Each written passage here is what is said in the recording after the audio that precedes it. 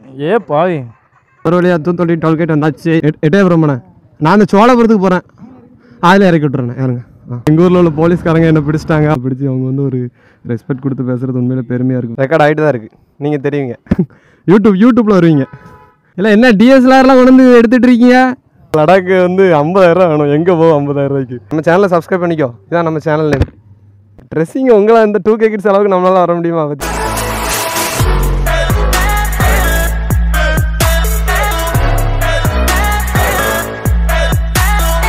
Hi friends, welcome to my channel. நம்ம சேனலில் வந்து பைக் ரிலேட்டடாக ட்ராவல் ரிலேட்டடான வீடியோலாம் போஸ்ட் பண்ணுவோம். ஸோ வந்து அது வந்து பைக் ரிவ்யூஸ்லாம் போஸ்ட் பண்ணிருப்போம். ஸோ வந்து இந்த சேனல் வந்து உங்களுக்கு ரொம்ப யூஸ்ஃபுல்லாக இருக்கும். அதாவது பைக்கிங்கை நீங்கள் லைக் பண்ணுற மாதிரி இருந்துச்சுன்னா அப்படின்னு ஒரு என்டர்டைன்மெண்ட்டாகவும் இருக்கும். ஸோ வந்து நம்ம சேனல் மறக்காம சப்ஸ்கிரைப் பண்ணி வச்சு சப்போர்ட் பண்ணுங்கள்.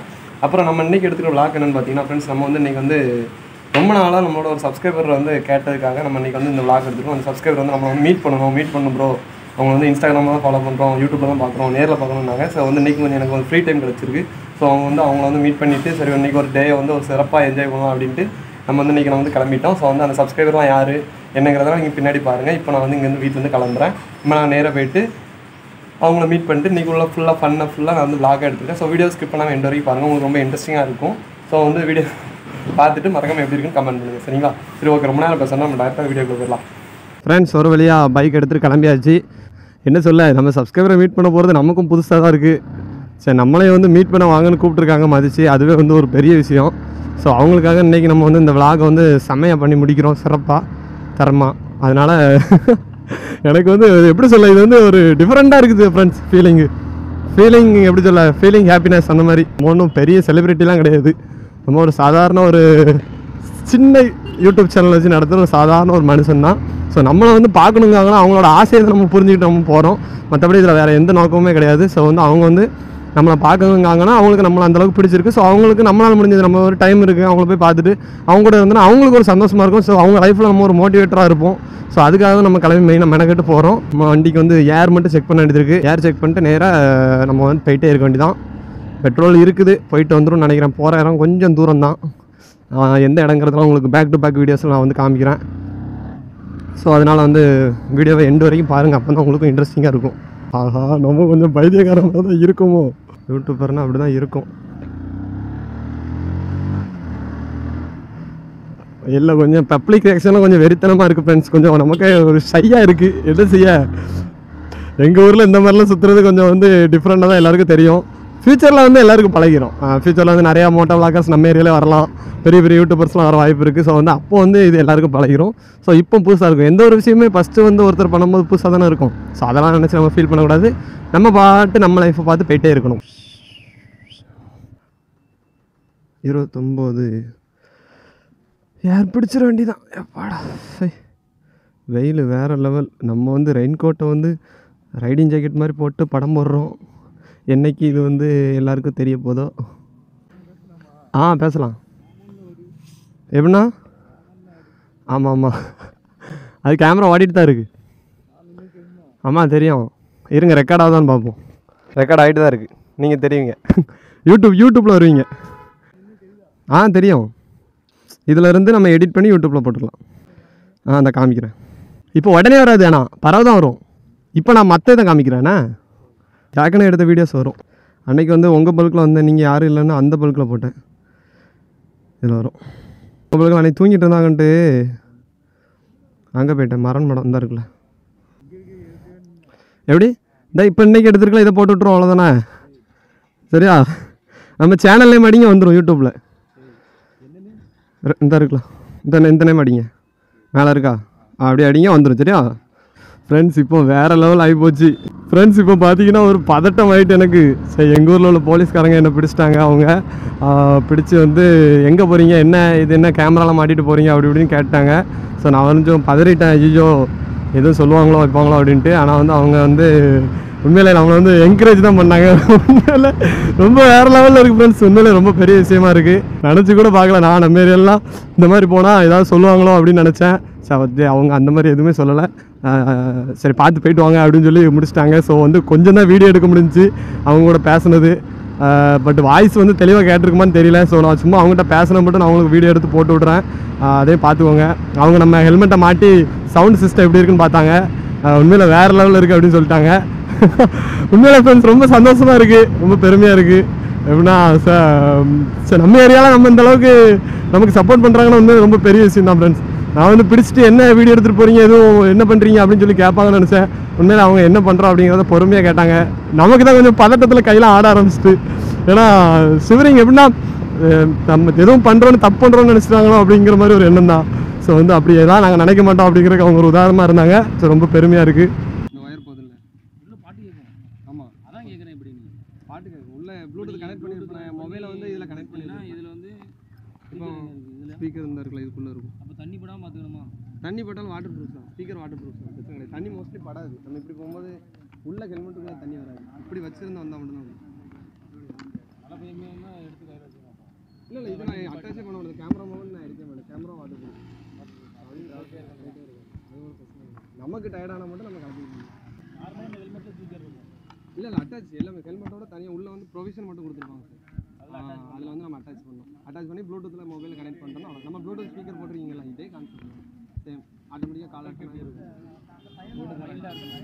ஜூஸ் குடிச்சிட்டு தலையில் மாட்டி பாருங்க தெரியும். இல்லை ஒரு ஹோம் தேட்டர் மாதிரி.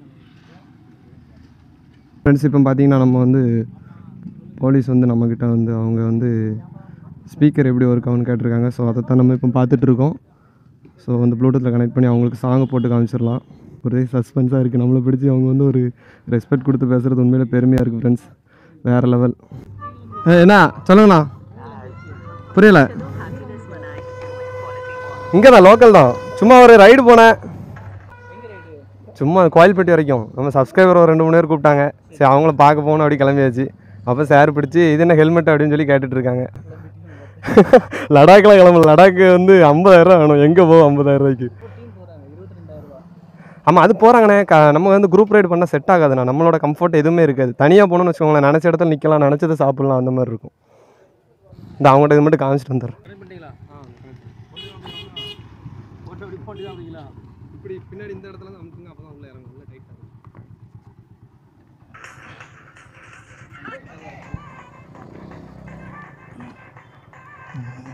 ஏ பாய்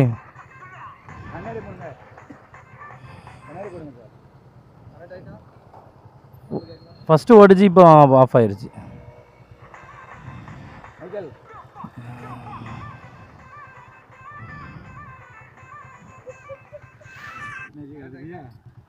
அவ்வளோ நமக்கு அதிகமாக போட்டு பாருங்க.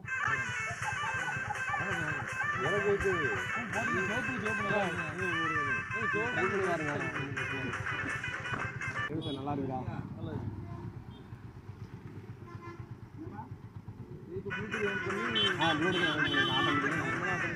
சாங் எல்லாமே உள்ளே சேஞ்ச் கேமரா வந்து ஆட்டோமேட்டிக்காக பட்டன் ரெக்கார்ட் ஆகும். இதுக்குள்ளே மெமரி கார்டு இருக்கும். இதை வந்து ஆப் மூலமாக மொபைலில் டவுன்லோட் பண்ணிக்கலாம். டேரெக்டாக எல்லாமே மொபைலே பண்ணிக்கலாம். இந்த கேமரா மொபைலில் கனெக்ட் ஆகும். மொபைலே ஆன் பண்ணி ஆஃப் பண்ணிக்கலாம். மொபைலில் பண்ண மாட்டேங்குது. மொபைல் ஆனோன்னா கீழே பண்ணிடுங்க. இதை வந்து நீங்கள் நைட் எடுத்து அதை எடுப்போம். சரி சரி சார். என்ன தம்பி ஆச்சரியமாக பார்க்குறியா?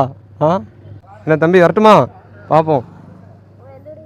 அண்ணன் சுப்ரமணியம், நம்ம சேனலை சப்ஸ்கிரைப் பண்ணிக்கோ. இதான் நம்ம சேனல் நேம். சரியா? யூடியூப்பில் வரும். சரியா? சப்ஸ்கிரைப் பண்ணிக்கோண்ணா. இல்லை என்ன டிஎஸ்எல்ஆர்லாம் கொண்டு வந்து எடுத்துகிட்டு இருக்கீங்க, வேறு லெவல் பண்ணுறீங்களப்பா.